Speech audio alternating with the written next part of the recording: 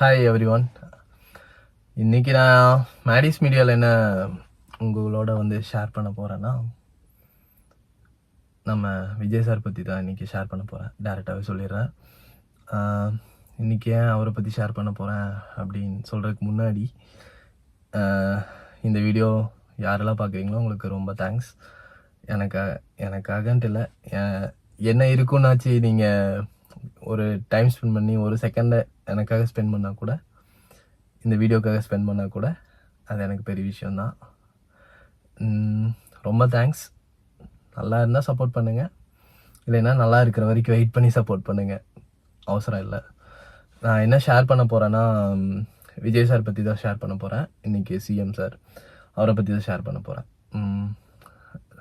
அவருக்காக நான் ஷேர் பண்ணுறேன் அப்படிங்கிறதுக்காக ஒன் சைடாக பேசுகிறேன், எல்லா வீடியோலையும் அவரை பற்றி பேசுகிறேன்ட்டு கிடையாது. நீங்கள் ஒரு வீடியோவும் நான் டிஃப்ரெண்ட்டான கண்டென்ட்டு தான் நான் ஷேர் பண்ணிக்கணும்னு நினைக்கிறேன். நான் டெய்லியும் ஒரு கண்டென்ட்டு நினைக்கிறேன், அதை ஷேர் பண்ணணும்னு நான் நினைக்கிறேன். ரொம்ப ப்ரிப்பேர் பண்ணிவிட்டு, இல்லை நான் இதுக்காக நோட்ஸ் எல்லாம் எடுத்து டாக்குமெண்ட்ரி எல்லாம் ப்ரிப்பேர் பண்ணி ஒரு டேட்டா கலெக்ட் பண்ணி கரெக்டான டேட்டா நான் ஷேர் பண்ணணும் அப்படிங்கிறத நினைக்கல. என்ன எனக்கு தோணுதோ அதை அப்படி நான் பேசலான்ட்டு நான் வீடியோஸ் போட்டுட்ருக்கேன். இன்றைக்கி நான் சீக்கிரம் கண்டென்ட்குள்ளே வரேன். இன்றைக்கி நான் என்ன அவரை பற்றி நான் பேச போகிறேன்னா, இன்றைக்கி நான் மார்னிங் எந்திரிச்சோன்னே டக்குன்னு ஒரு விஷயத்த பார்த்தேன். ஃபோனை எடுத்தோன்னே ஒருத்தர் டேபிள் தூக்கிட்டு அப்படியே ஹெல்ப் பண்ணார்.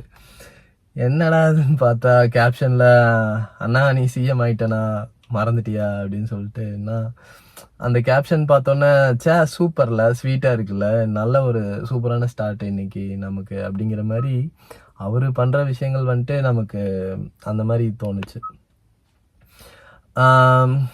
அப்போது சரி, இதில் நான் இன்ஸ்பயர் ஆனேன். இது எப்படி எதனால் நமக்கு ஸ்வீட்டாக தோணுச்சு அப்படின்னா, ஒரு லீடர்ஷிப் குவாலிட்டி, நமக்கான லீடர் ஒருத்தர் செலக்ட் பண்ணியிருக்கோம். அவருக்கு லீடர்ஷிப் குவாலிட்டி இருக்குது அப்படிங்கும்போது நம்ம இதை ரொம்ப ஹாப்பியாக தானே பார்க்கணும். ஏன்னா அவரோட பொசிஷனுக்கு அந்த இடத்துல அப்படி அவர் ஒரு ஹெல்ப் பண்ணணும், இல்லை அந்த ஒர்க் பண்ணணுன்ட்டு அவசியமே கிடையாது. அந்த சிஎம் பதவி ஏற்ற விழாவில் அவர் நின்றுட்டு இருந்த விழாவில் அவர் டக்குன்னு அவருக்கு முன்னாடி அந்த டேபிள்லாம் கிளியர் பண்ணும்போது டக்குன்னு அவர்னால அது முடியுங்கும் போது அது பண்ணுறாரு. அது ஒரு லீட் பண்ணி போகிறதுக்கான குவாலிட்டி அவர்கிட்ட இருக்குங்கிறதுக்கான ஒரு சின்ன சின்ன விஷயங்கள் தான் எக்ஸாம்பிளாக இருக்குது. இது நான் எப்படி இது இன்னும் ஒரு டேபிள் தூக்குனாலே நம்ம என்ன சொல்கிறது, லீடரா அப்படின்னா, உண்மையாலுமே அப்படிதாங்க. நம்ம ரொம்ப ஹை பொசிஷன் போயிட்டோம், நம்ம இந்த வேலையெல்லாம் நம்ம செய்ய மாட்டோம், இந்த வேலை மட்டும்தான் நம்ம செய்வோம், இந்த வேலைக்கு நமக்கு சம்மந்தமே இல்லை அப்படியெல்லாம் இல்லை. எல்லா வேலையும் நம்ம செய்வோம். நமக்கான பொசிஷன் வேணால் ஹையாக போகலாமோ தவிர, நம்மளை பார்த்து எல்லாருமே எல்லாத்தையும் கற்றுக்கணும்.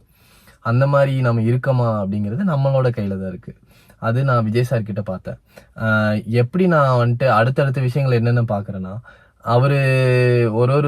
அவர் சொன்ன திட்டங்கள் எல்லாத்தையும் 200 units free, first 200 units free, அதாவது 500 யூனிட்ஸ்க்கு கீழே யூஸ் பண்ணுறவங்களுக்கு அப்படின்னு சொன்னோன்னே எல்லாரும், அதான் 500 யூனிட்ஸா, பேலன்ஸ் இருக்கிறவங்களா எங்கே அப்படின்னு. பேலன்ஸ் இருக்கிறவங்க வேணாங்க, அது ஆஸ் யூஷுவலாக பழையபடியே இருக்கட்டும். ஏன்னா ஃபஸ்ட்டு அவரே சொல்லியிருக்காரு, நம்மளோட நிதி பற்றாக்குறை எப்படி இருக்குது, நமக்கு எவ்வளோ கடன் இருக்குது அப்படின்னு. முதல்ல ரொம்ப கஷ்டப்படுறவங்களுக்கு, அவங்க வாழ்க்கையில் ரொம்ப கஷ்டப்பட்டு முன்னேறிட்டு இருக்காங்களா, ஐ மீன் நம்ம அன்றாட வாழ்க்கைக்கு கஷ்டப்படுறாங்களா, அவங்களுக்கு ஃபஸ்ட்டு பெனிஃபிட்ஸ் போட்டும், அப்புறம் நம்ம மெதுவாக எல்லாருக்கும் பெனிஃபிட்ஸ் ஸ்ப்ரெட் ஆகட்டும், அது பிரச்சனை கிடையாது. அதனால நம்ம நம்ம இதெல்லாம் அப்ரிஷியேட் பண்ணணும். ஏன்னா ஒரு ஃப்ரெஷ்ஷாக வந்திருக்காங்க, அவங்களுக்கு அவங்க அந்த ஒரு முடிவை தைரியமாக எடுத்திருக்காங்க. அதுக்கு பின்னாடி அவங்க நிறைய விஷயம் கஷ்டப்பட்டு ஃபேஸ் பண்ண தான் போகிறாங்க. அது அவங்களோட சேலஞ்சிங்கான விஷயம். அதை நம்ம சப்போர்ட் பண்ணணும் ஆக்சுவலி. அதுக்கு அடுத்தது சிங்கப்பெண்ணே இல்லை, சிங்கப்பெண் திட்டம். அது என்னென்னா, நம்ம பெண்களுக்கும் குழந்தைகளுக்கும் பாதுகாப்பு. உண்மையா சொல்லணும்னா குழந்தைகள், பெண்கள் 2 பேருமே பாதுகாக்கப்பட வேண்டியவர்கள் தான். ஏன்னா, அவங்க பாதுகாப்பா இருந்தா மட்டும்தான் சொசைட்டி ஒரு நல்ல ஒரு பாத்துல ரன் ஆகும், போகும். அது ரொம்ப முக்கியம். நம்மளோட கடமை வந்துட்டு இயலாதவங்களுக்கும், பெண்களுக்கும், குழந்தைகளுக்கும் நம்ம வந்துட்டு சரியான ஒரு பாதுகாப்பான ஒரு சொசைட்டி கிரியேட் பண்ண வேண்டியது நம்ம கடமை தான். ஒரு குடிமகனோட கண்டிப்பா குடிமகனோட கடமையா தான் இருக்கும் அது.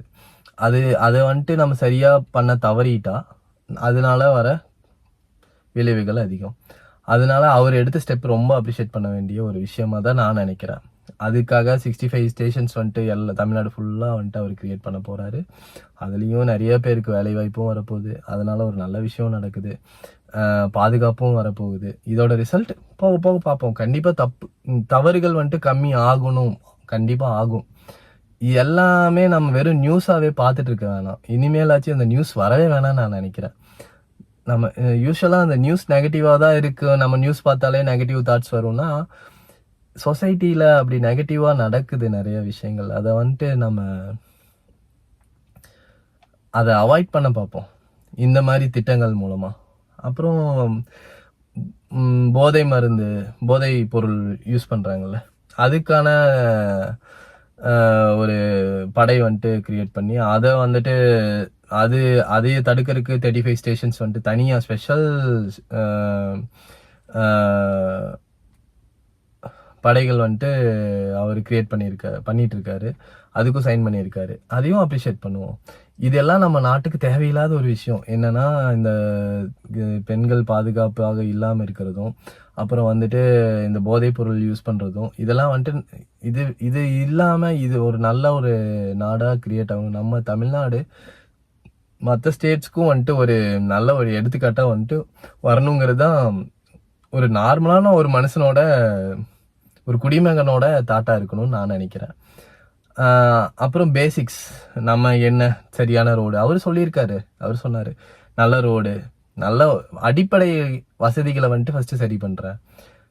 உண்மையாலுமே அப்ரிஷியேட் பண்ணுங்க. ஃப்ரீ வந்துட்டு எடுத்தோன்னா ஃப்ரீ கொடுக்கறதே விட நமக்கு என்ன சுத்தமான தண்ணி, சுத்தமான சுற்றுச்சூழல், இதுதான் நமக்கு ஃபர்ஸ்ட் தேவை. அதை அவர் கிரியேட் பண்ணுறேன்னு சொல்லியிருக்காரு. அதையும் சப்போர்ட் பண்ணுவோம். இன்னொரு விஷயம் என்னன்னா, அவர் இன்னைக்கு எல்லா கட்சி தலைவர்களையும் போய் மீட் பண்ணாரு. இதுல நான் ஒரு பெஸ்ட் குவாலிட்டியா பாக்குறேன்னா, நீ பெருசு நான் பெருசுங்கிறதை தாண்டி எல்லா மனசுலயும் ஒரு விஷயத்தை வந்துட்டு அவர் புகுத்துறாரு. என்னன்னா, நம்ம ஆட்சி செய்ய வந்தது ஒரு சர்வீஸ். இது வந்துட்டு நம்ம மக்களுக்கான சர்வீஸா தான் இதை பார்க்கணுமோ தவிர, நம்ம இதை வச்சுட்டு நான் ஒரு பெரிய ஒரு அந்தஸ்தான ஒரு ஆளு, நான் வந்து ஒரு அந்தஸ்தான ஒரு இடத்துக்கு நான் இருக்கேன், நீங்க எனக்கு என்னையெல்லாம் பார்த்து எனக்கு மரியாதை கொடுக்கணுங்கிறதே இல்லை. நம்ம மக்களுக்கு நல்லது எதுவோ அதுதான் நம்ம பண்ணணுங்கிறத வந்துட்டு ஒரு எக்ஸாம்பிளா வந்துட்டு அவரு பண்ணி காட்டுறாரு. யாருக்கிட்டையும் வந்துட்டு நீ பெருசு நான் பெருசு இல்லை, நம்ம எல்லாருமே சேவை தான் பண்ண வந்திருக்கோம், எல்லா தலைவர்களும் சேவை தான் பண்ண வந்திருக்காங்கன்னு சொல்றத அதுக்கு தான் வந்திருக்காங்க. யாரும் வந்துட்டு சேவை பண்ணாமலாம் இல்லை, எல்லாரும் சேவை பண்ணிட்டு தான் இருக்காங்க. அதை வந்துட்டு சரியான முறையில எல்லார் ஒற்றுமையா இருக்கணும், ஒற்றுமையா இருந்தா கண்டிப்பா எல்லாமே சரியாகும்னு சொல்லிட்டு அதையும் அவர் இன்னைக்கு பண்ணது ரொம்ப சூப்பரா இருந்துச்சு. இதை வந்துட்டு நான் ஷேர் பண்ணியே ஆகணும்ட்டு எனக்கு ரொம்ப தோணுச்சு. என்னன்னா, ஒரு யூஸ்வலா ஒரு சர்ப்ரைஸ் பார்ட்டி வைப்பாங்க. ஆனா இவர் பார்ட்டி வச்சு சர்ப்ரைஸ் பண்ணிட்டு இருக்காரு. நிறைய எதிர்பார்க்கிறோம். நம்ம தமிழ்நாடு இந்தியாவில் ஒரு எடுத்துக்காட்டான ஒரு ஸ்டேட்டா வரணும். இந்த விஷயம் உலகம் ஃபுல்லா பரவணுங்கிறதே நம்மளோட பெரிய தாட்டா இருக்கணும். அவங்களும் அதை நோக்கி தான் போறாங்க. ஒரு யங்ஸ்டர்ஸ், ஒரு வேல்யூபிளான ஒரு கேண்டிடேட்ஸ் வந்துட்டு உள்ள இருக்காங்க. நீங்க பாத்தீங்கன்னா, முன்னாள் அமைச்சர் இருந்து இப்போ அமைச்சரா யாருமே பதவி ஏற்கல. செங்கோட்டையன் சார், ஆனந்த் சார் வந்துட்டு அவரு பாண்டிச்சேரியில தான் இருந்திருக்காரு, தமிழ்நாட்டில் இல்லை. பட் செங்கோட்டையன் சார் மட்டும்தான் அமைச்சராக இருந்து திருப்பியும் வந்திருக்காங்க. ஒரு எக்ஸ்பீரியன்ஸ் கேண்டிடேட்ஸ் நமக்கு தேவைதான். மற்றபடி எல்லாருமே பார்த்தா அவரோட சொந்த டிரைவரோட மகன் வந்துட்டு பதவி ஏற்கும்போது அந்த ஒரு ஸ்மைல் பண்ணாரு. அது ஒரு நல்லா இருந்துச்சு. அவரு எவ்வளோ நாள் வந்துட்டு அந்த டிரைவர் கூட பேசியிருப்பாங்க. அவரோட பேசும்போது அவரோட ஃபேமிலி பத்தி கண்டிப்பா அவர் ஷேர் பண்ணியிருப்பாரு. அந்த டிரைவர் வந்துட்டு ஷேர் பண்ணியிருப்பாங்க டிராவலிங்ல. அப்போ அவங்க மகன் பத்தி கண்டிப்பா ஷேர் பண்ணியிருப்பாரு. அதெல்லாம் அவரு நோட் பண்ணி ஒரு ஸ்டேஜ் வரும்போது அவங்களுக்கான ஒரு வாய்ப்பு குடுத்து, ஆ அப்போ அவங்களையும் நீங்களும் பண்ணுங்க அப்படின்னு சொல்லி அவரு சொன்னது வந்துட்டு பெரிய விஷயம். இன்னொரு விஷயத்த நான் மறக்கவே முடியாத ஒரு விஷயம் வந்துட்டு ஸ்பீச். First class. நம்ம விஜய் சார் வந்துட்டு பார்த்து படிக்கிறாங்க. நானே அதான் நினைச்சேன். பார்த்து பார்த்து படிக்கிறாங்க. பார்த்து படிச்சு படிச்சு சொல்றாங்க. பட்டு அந்த பதவியேற்பு விழால அந்த அந்த பதவி ஏற்கும்போது அவர் சொன்ன விஷயங்கள் வந்துட்டு அவ்வளோ சூப்பரா இருந்துச்சு. உண்மையாலுமே சினிமாட்டிக்கா இருக்குங்கிறத தாண்டி இதுதான் ரியாலிட்டிங்கிறத ப்ரூவ் பண்ண போறாரு. எல்லாரும் சினிமா ஸ்பீச் ஆடியோ லான்ச் மாதிரி இருக்கு. அதெல்லாம் அவர் சொல்றதே செய்யாம இருக்காருன்னா வேணா நீங்க சொல்றதெல்லாம் ஓகே, ஆடியோ லான்ச் மாதிரி இருக்குன்னு சொல்லலாம். அது ஏதோ டக்கு டக்கு டக்கு டக்குன்னு அடுத்தடுத்த ஸ்டெப் போறாரு.